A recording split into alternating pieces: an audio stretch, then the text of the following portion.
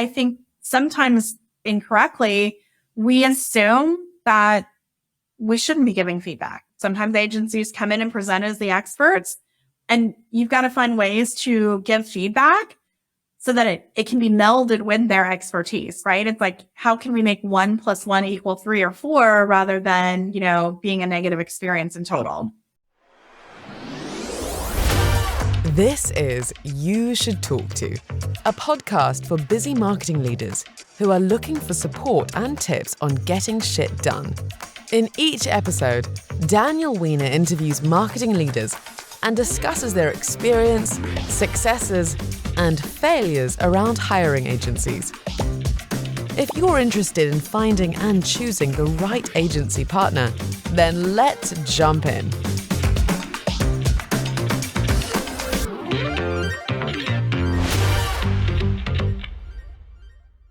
Hello and welcome to another episode of the You Should Talk To podcast. I am Daniel Weiner, your founder and host. This podcast is currently brought to you by myself until we get a sponsor, potentially after today.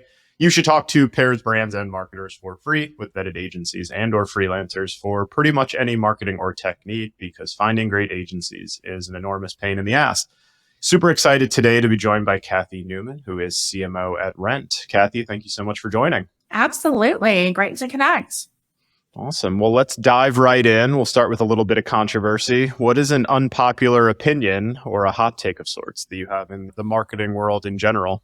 Goodness, jump right in. Why don't you? I think one of the challenges we all have right now is like exactly what is going on. How is 2023 going to play out? And there's lots of folks that are pulling back. And I tend to think that only is a short-term potential reaction and actually can do more long-term damage. So not saying we should all be spending frivolously for sure, but we've got to maintain a drumbeat of our brands in the market and still connect with consumers, especially for my company. We help people find apartments and the next place to live. People still need to live regardless of what's going on with the economy.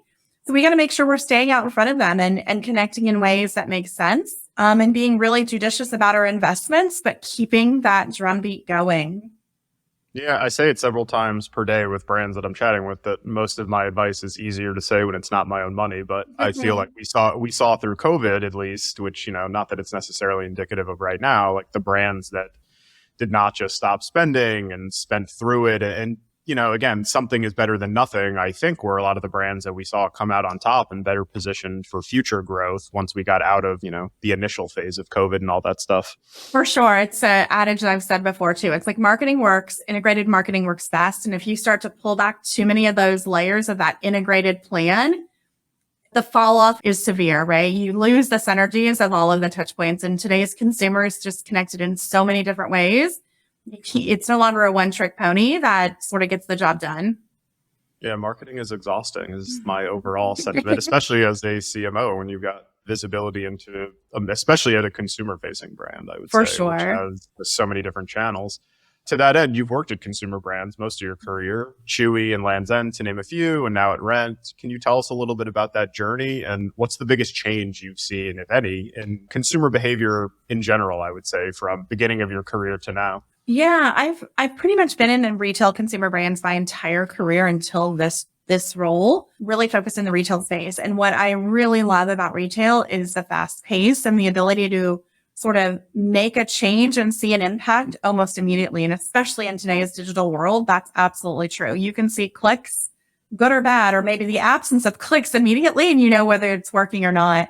When I think about the evolution that's happened in the course of my career, I'm trying not to date myself too much, but it is that digital consumption and the ability for brands, especially within a retail space, to enter the marketplace so quickly and efficiently now between the use of digital channels, influencer marketing, and just the ease of setting up a storefront, right? It used to be you had to build a physical structure to have a physical retail presence. Now with digital presence, it's so much easier just to stand up a storefront and be in business immediately. And so, consumers have always had choice. They just have so much more choice now. And, the big brands have got to play like scrappy brands to compete. And that's definitely a different DNA than where we were when I started my career. No, that makes total sense. You touched on it at the beginning too, like economy in flux a little bit, discretionary spending. In your world, people still need to live. Hopefully they can afford that. In general, what's your advice to other CMOs out there who are kind of like, floor planning what the rest of 2023 looks like and even into 2024 already? Yeah, it is time to do 2024 budgets already. I think the most important thing to do is keep testing, right? I think when you tend to pull back budgets, sometimes we give up tests because they're expensive in the short term or more inefficient in the short term. But that's what's going to give us the leverage to improve our performance over the next 18 months. And if you forego your testing plan, you're really giving up future efficiencies, right? Whether that's new channels, new creative, new copy, CTAs, all of that stuff, it's still got to be tested just like it was back when, things were a little bit brighter maybe. And if we walk away from that, we're walking away from really being good stewards of the business. Yeah, I think the most common thing I see across all titles, VP of Marketing, CMO, Director of Marketing in general, is things aren't given enough time to run their course. And even if they're really successful, like the first week or the first month, I'm like, is that indicative of you wanting to triple your investment because it was so successful? Like that could drop the next week, I'm impatient myself, so I can understand it, but I'm curious your thoughts on that. Like, how do you view testing periods and stuff like that, depending on channel? And yeah, I think it's important to understand what you're trying to test and what are you trying to test for, right? So there's continual optimization, but then there's testing where you're actually trying to learn something new or change paradigms or change understandings. I think to your point, testing something back in the middle of COVID and thinking those results are going to still hold today, not going to be the case because the environment has changed so much. And so when we're thinking about testing and we're thinking about learning, we really have to make sure we're continually testing against some of the things that we may have taken for granted or just sort of accepted as universal truths, because the larger macro changes are so dramatic between 2020 to 2023. You can't assume anything's going to be the same. And I think that's where some people potentially miss some of the mark, right? Is to your point, it worked great the first 3 weeks I had it out there. Well, it's now summer and I was testing something in winter and the world has changed or just the environment's changed or the consumer need has changed and it's not necessarily going to hold to the same results. So it's this continual learning environment that people have to get really comfortable with to really stay ahead of the changes. I imagine, especially in your world with rental markets and just, how the world works, there's an extreme or maybe not so extreme, I'm curious, level of seasonality in terms of like testing as well of when people are looking for new places and things like that, to an even further degree outside of like a consumer product where theoretically people constantly are looking for it. Yeah, there is. And it's interesting. I've only been in this industry for just about a year now, but there is a seasonality to it for sure, just like almost any industry. But to your point, there's definitely a consideration window. And then there's my lease is expiring and I need to find a place to live moment, right? And so as you're kind of going through that natural seasonal flow, people are responding differently, right? People may be looking and the PDP experience is so much more important. Well, as we get closer to needing to find a place to live in the next 30, 60 days, things like scheduling a tour and going and visiting the property are so much more important. So as we're testing that UX, that changes how a consumer engages with it during that time frame. So it's important to continue that sort of continual learning approach so that we can understand how all of that impacts the ultimate customer journey. That's awesome. What's your overall opinion on agencies in general? How does Rent utilize agency partners as a whole? So we use agencies a couple of different ways here. We use a mix of established agencies for some of our core programs. We are working with agencies to help build our brand and buy media at scale, right? Just so that we're not having to think of it as our own internal investment from a resource standpoint. And then we use some freelance agencies too to help with sort of the ebbs and flows of just content building and whatnot. Again, so that we can have a broader reach in terms of expertise and have more short bursts than long-term ongoing business. Love them, hate them, necessary evil. Agencies, especially at your level, everybody has good agency and bad agency stories, which we'll talk about in a bit. But I'm just curious in general, like, what's your overall opinion of agencies? Necessary to the growth of your business, or? I think agencies can play a critical role in helping grow a business, especially as we're testing into new things and we're trying to find additional expertise, additional hands on the keyboard, skill sets that we may not have or we may not know we need yet, right? And it's often easier to partner with an agency and learn through something. And maybe there comes a time where you kind of have an understanding of what's going to work for your business. You've learned through it and it starts to migrate back in-house. But I definitely think over the course of my career, I've used agencies for a host of different things. To your point, there's been some good relationships and some bad ones. But I definitely think, it's not necessary evil. I think it's a smart investment and a smart partnerships to accelerate performance and accelerate learning. Yeah, I think that's an important distinction too that you mentioned about learning through stuff, because I talk to so many different brands who think like hiring an agency, you start today and tomorrow, like results just start pouring in or you're guaranteed success. And truthfully, like some of the best magic, I would say, comes from learning together and things failing, like to your point, accelerating it so that you're not, failing for an extended period of time, but learning stuff. And then like the magic comes 90 days in or 6 months in when you have figured out what works and things are optimized and you're spending so much more efficiently. But yeah, it's not a silver bullet from my experience. For sure. And I think, there's things that make for great agency relationships. And a lot of that, quite frankly, is on my side of the table, right? And how we think about utilizing an agency, getting them up to speed, the clarity of direction.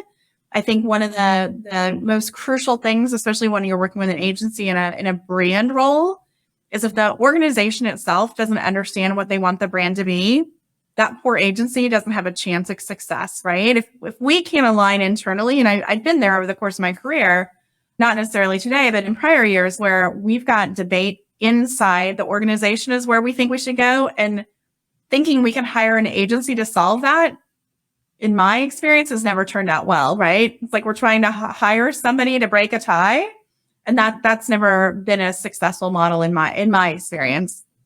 Yeah. How do you recommend getting the most out of your agency partners? I think there's 3 core things to having a really good agency relationship. One is making sure that you're being fully transparent on the needs of the organization, whether that's, we need you to help us do a small case today and there may be something bigger to come. But if we're not upfront with that, it doesn't work well.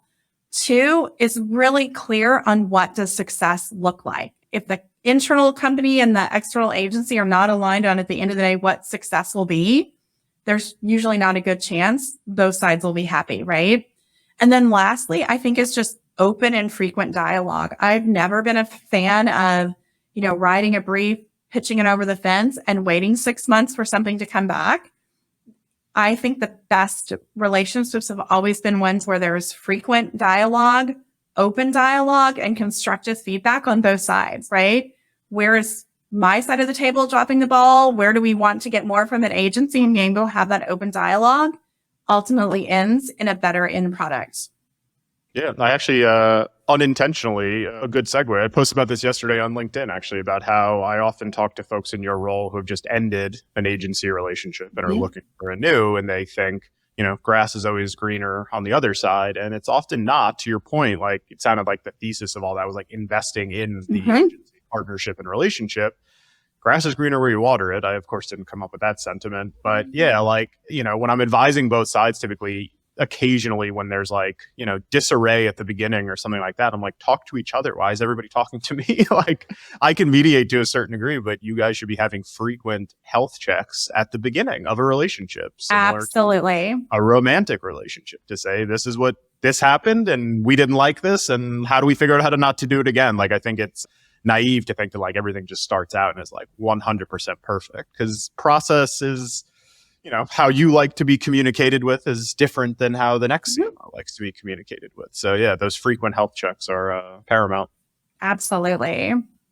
Most folks I chat with your title, the elusive CMO title, are getting hit up about 700 times a day via virtually every single platform, including text, phone, email, the whole shebang. Is that the case for you?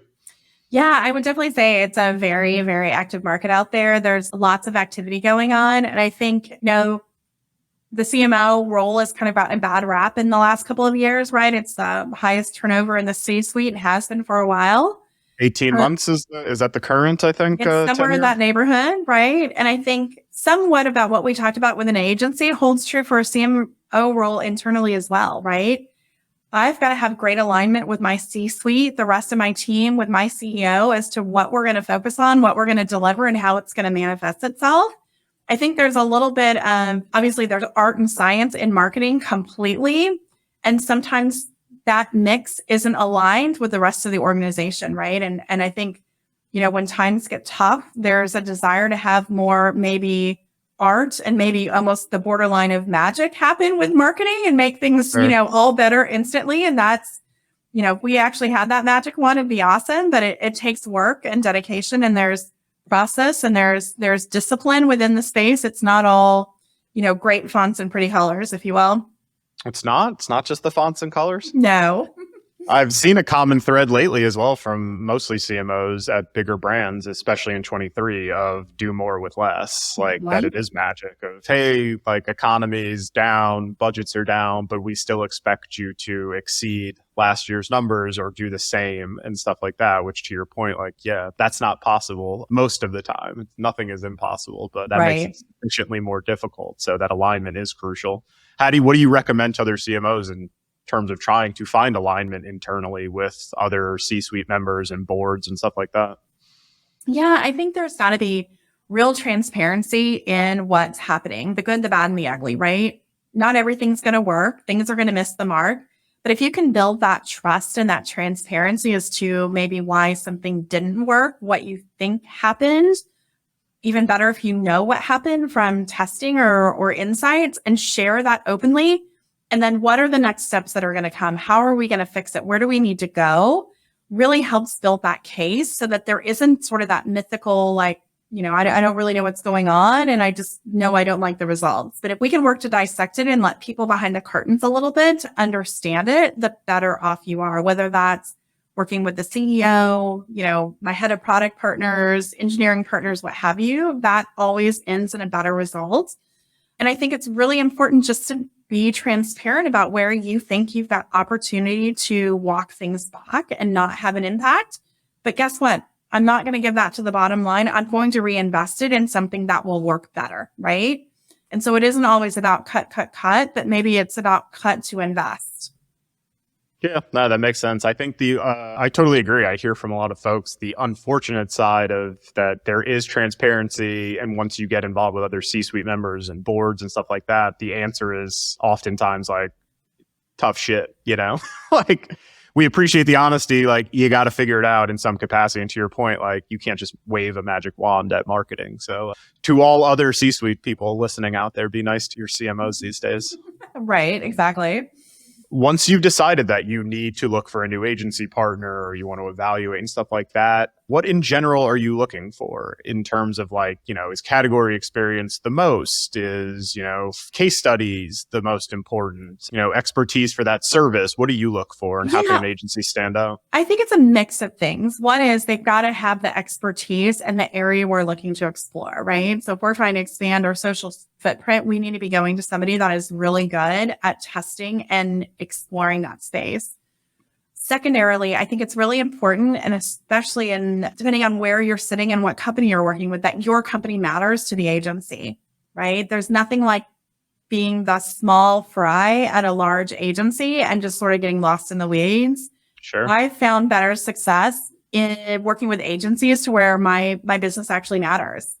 Sometimes that seems pretty basics, but sometimes we get hung up on the big brands, if you will, within the agency world. And if you're just not of the budgets or of the budgets yet to reach that, maybe that's not the best fit.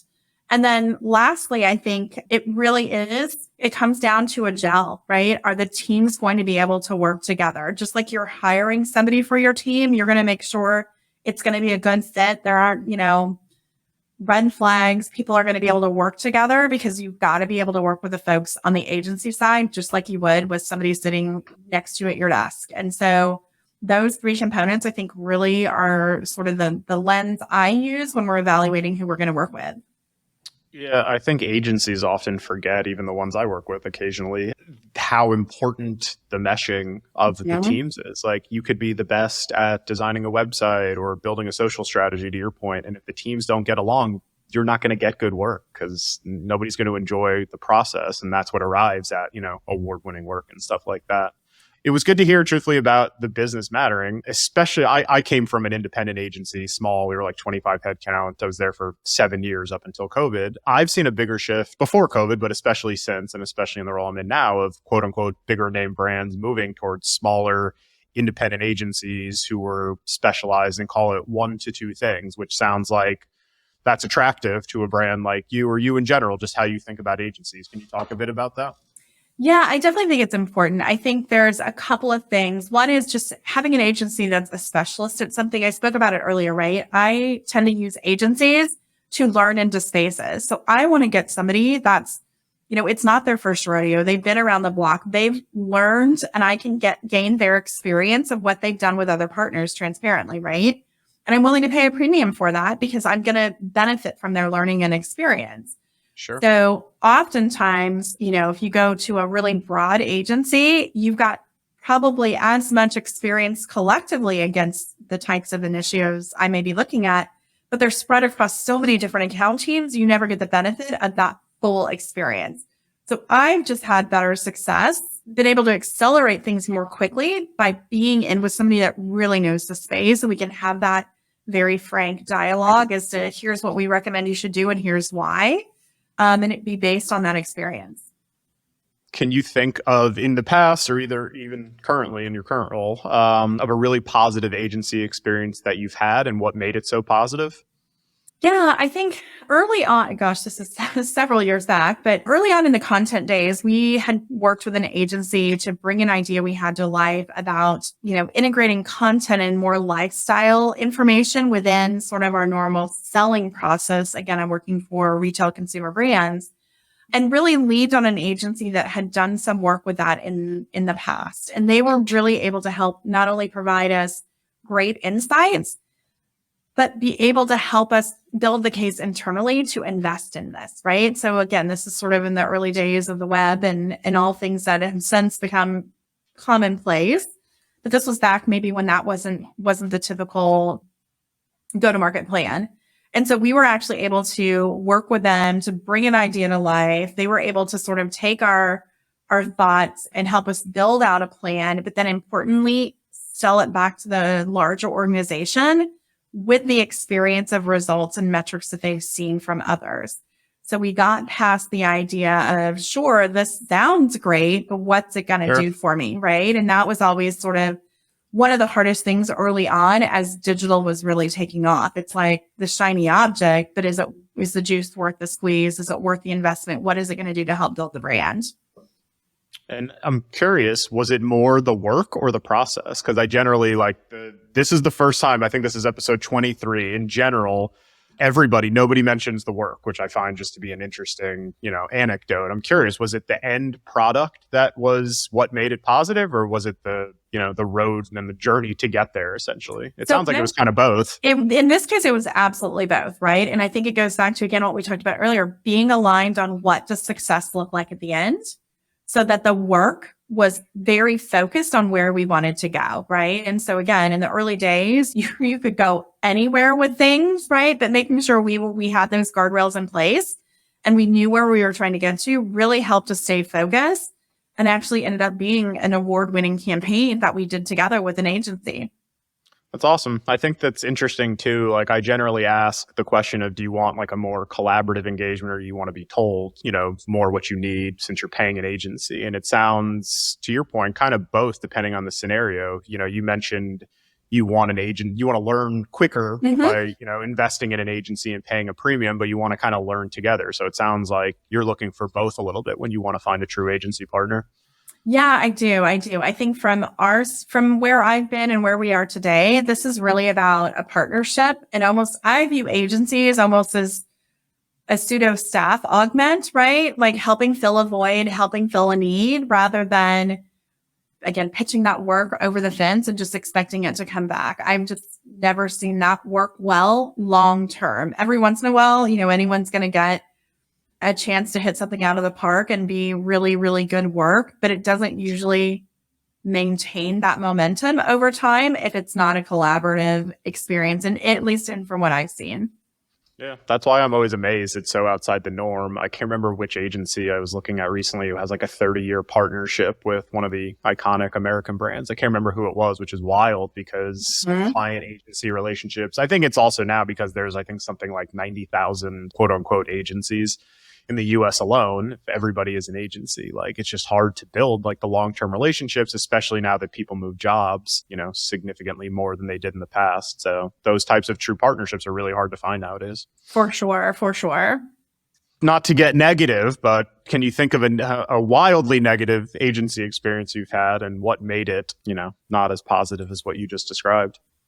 I think, everybody's had their horror stories for sure. I can remember a time where I inherited a project that was, I would say, halfway complete, and things weren't going well. When I came in, again, the brief had already been done, work had been put pen to paper. Deliverable was a couple months out, maybe, if I remember correctly. And it just was not going well. The internal team just dreaded meeting with the agency. And I'm sure there were the same conversations in the car ride over to meet with us from a client standpoint, right? This is back before all sorts of, work from home situations and it was a tenseful meeting every single time. And just that negativity took over the entire project. And it got to the point where we had to call a timeout, reestablish ground rules, and we delayed the project. We launched probably a good 90 days past the target date, but we were going to end up delivering a product that was not going to be good, was not going to be received from the consumer. And quite frankly, the internal teams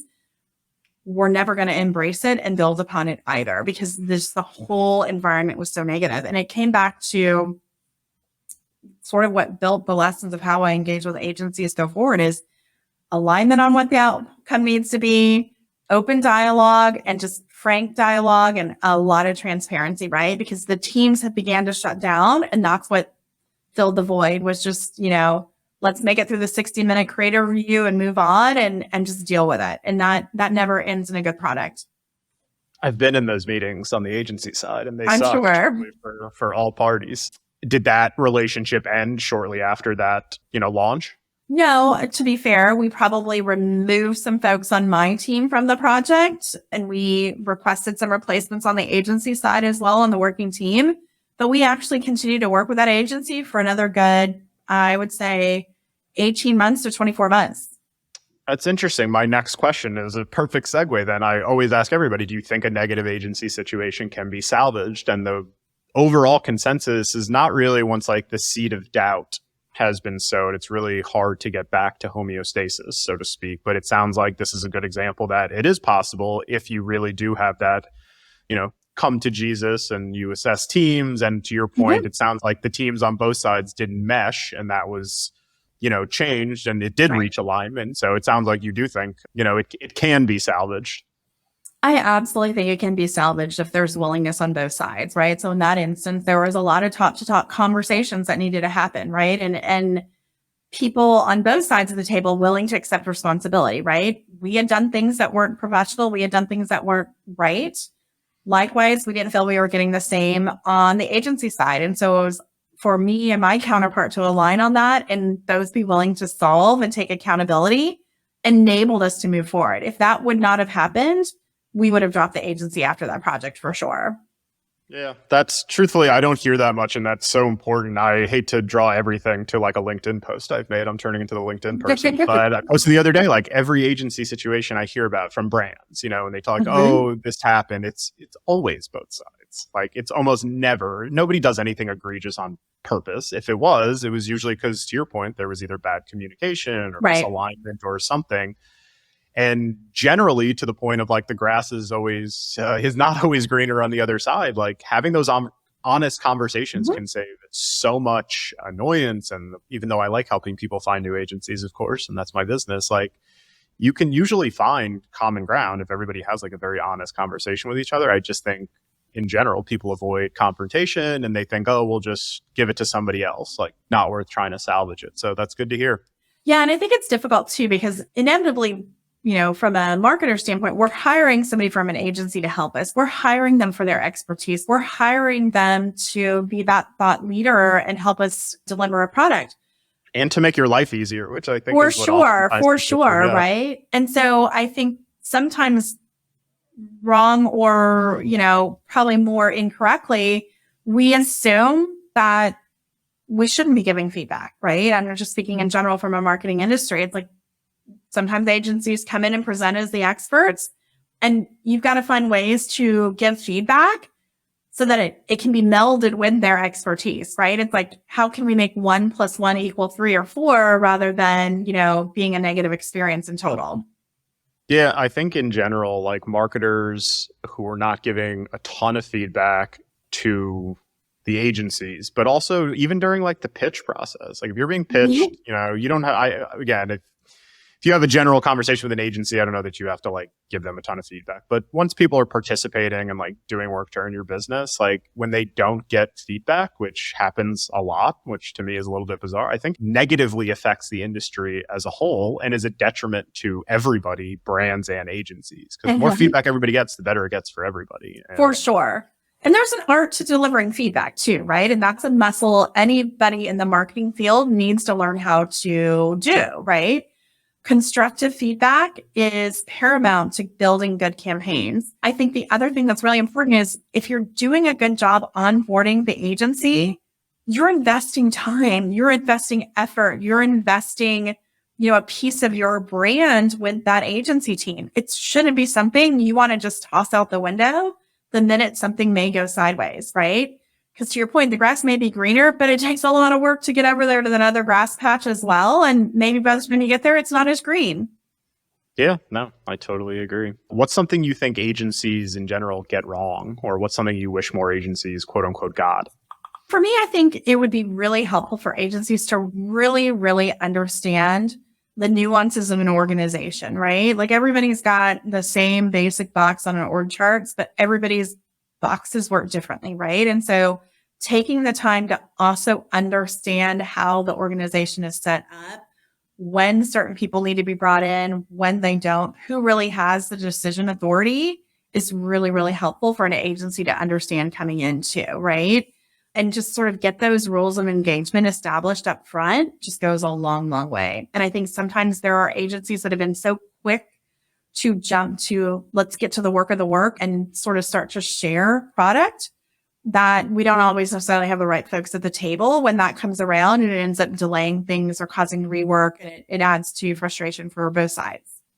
Yeah, I see that as one of the most common like butting of heads between agencies and brands. Agencies or brands oftentimes, I talk them through. I'm like, when do you want to get started? What's your timeline? They're like, we need to get started, next week. I'm like, you haven't even hired an agency yet, and they want to just start like cranking stuff out, which for certain things, sure, you can probably do that. But to your point, like a deeper business cases and, fully integrated campaigns and stuff, like, yeah, you need some time, and it puts agencies in a tough position because of course they want to say yes and hit deadlines and stuff like that. But yeah, you need to give things the time they need to run their natural course a lot of the time.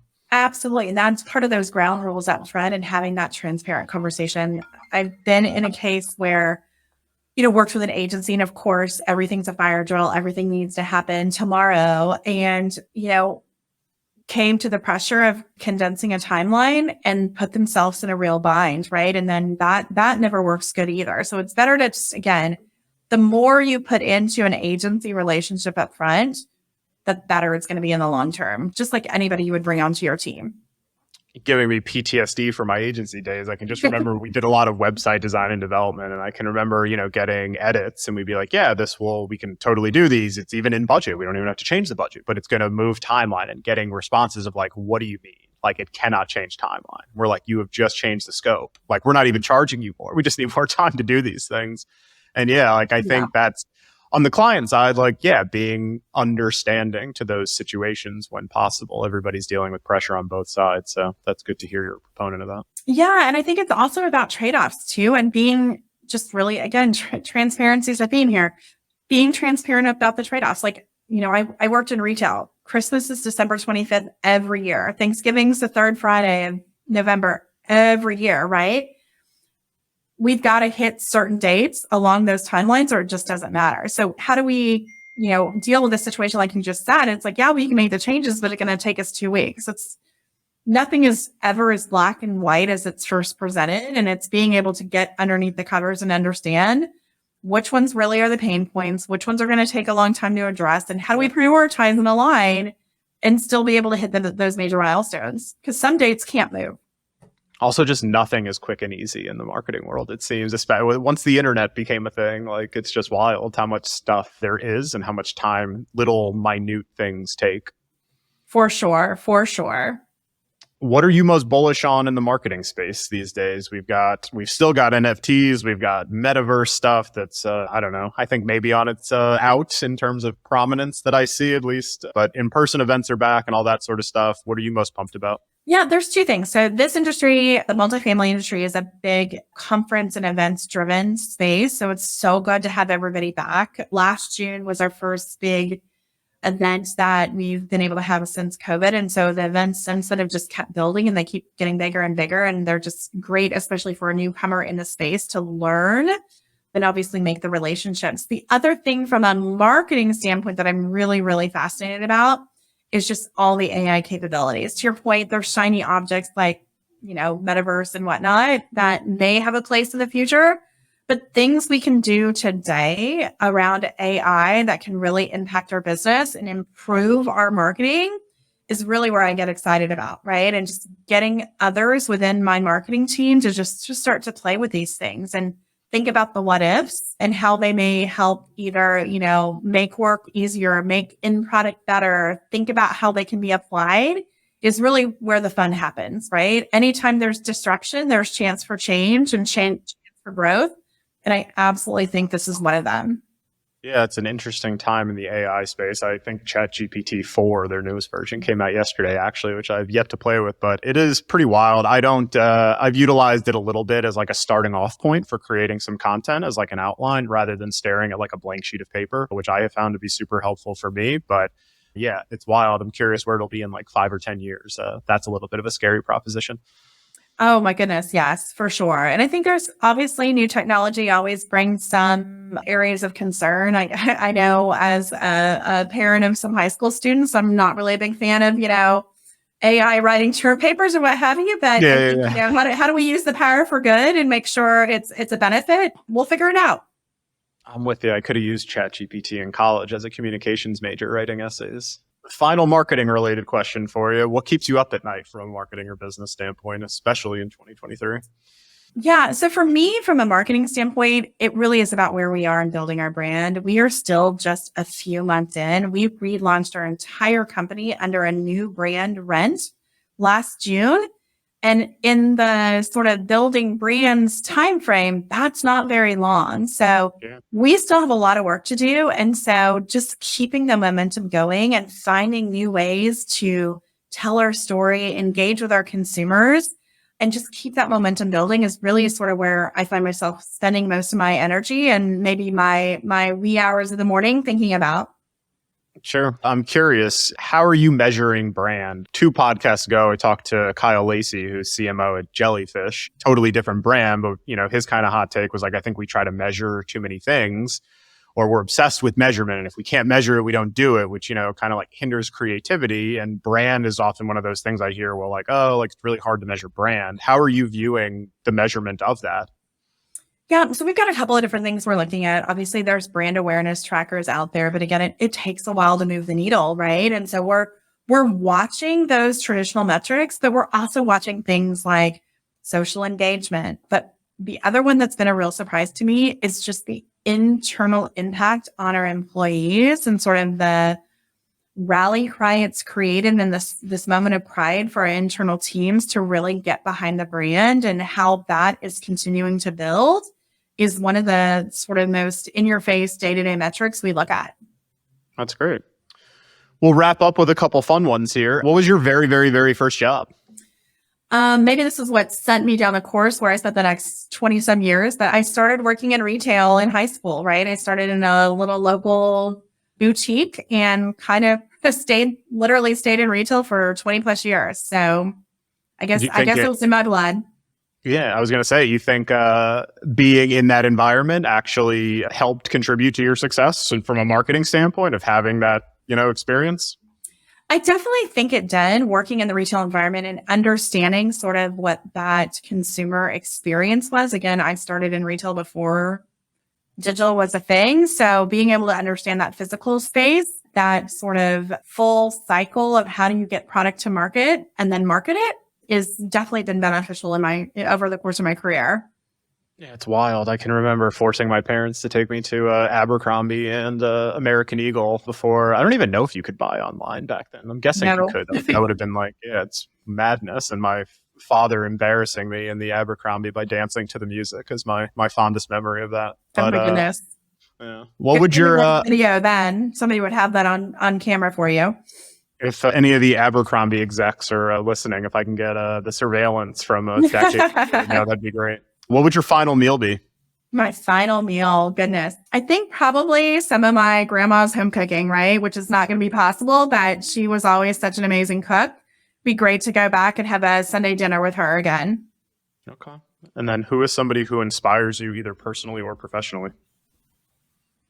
Again, I'll go with the family reference. I think my dad has been a driving force for me my entire career. He was a very simple man, was always able to boil things down to very, discrete decisions. And that's really helped shape how I approach things, both personally and professionally, right? It's like, you can't boil the ocean. What can you impact? Let's figure that part out and move forward. That is a superpower in and of itself. Focus on. For sure. I can very much relate to that as a solopreneur of focusing on the things that you can control and attempting to not worry about the rest. So no, I totally get it. That's great. Thank you so much for joining, Kathy. This was awesome. If anybody wants to check out Kathy, find her on LinkedIn or rent.com if you are in the market, I presume, for an apartment. Absolutely. Awesome. Well, thank you so much for joining. Thank you. Have a good one. Thank you for checking out this episode of You Should Talk To. This show is brought to you by the company with the same name, You Should Talk To, a company that helps marketing leaders find the right agency or freelancer for their situation. If you enjoyed what you learned in this episode, make sure to follow You Should Talk To wherever you listen to your favorite podcasts, or visit youshouldtalkto.com for more information.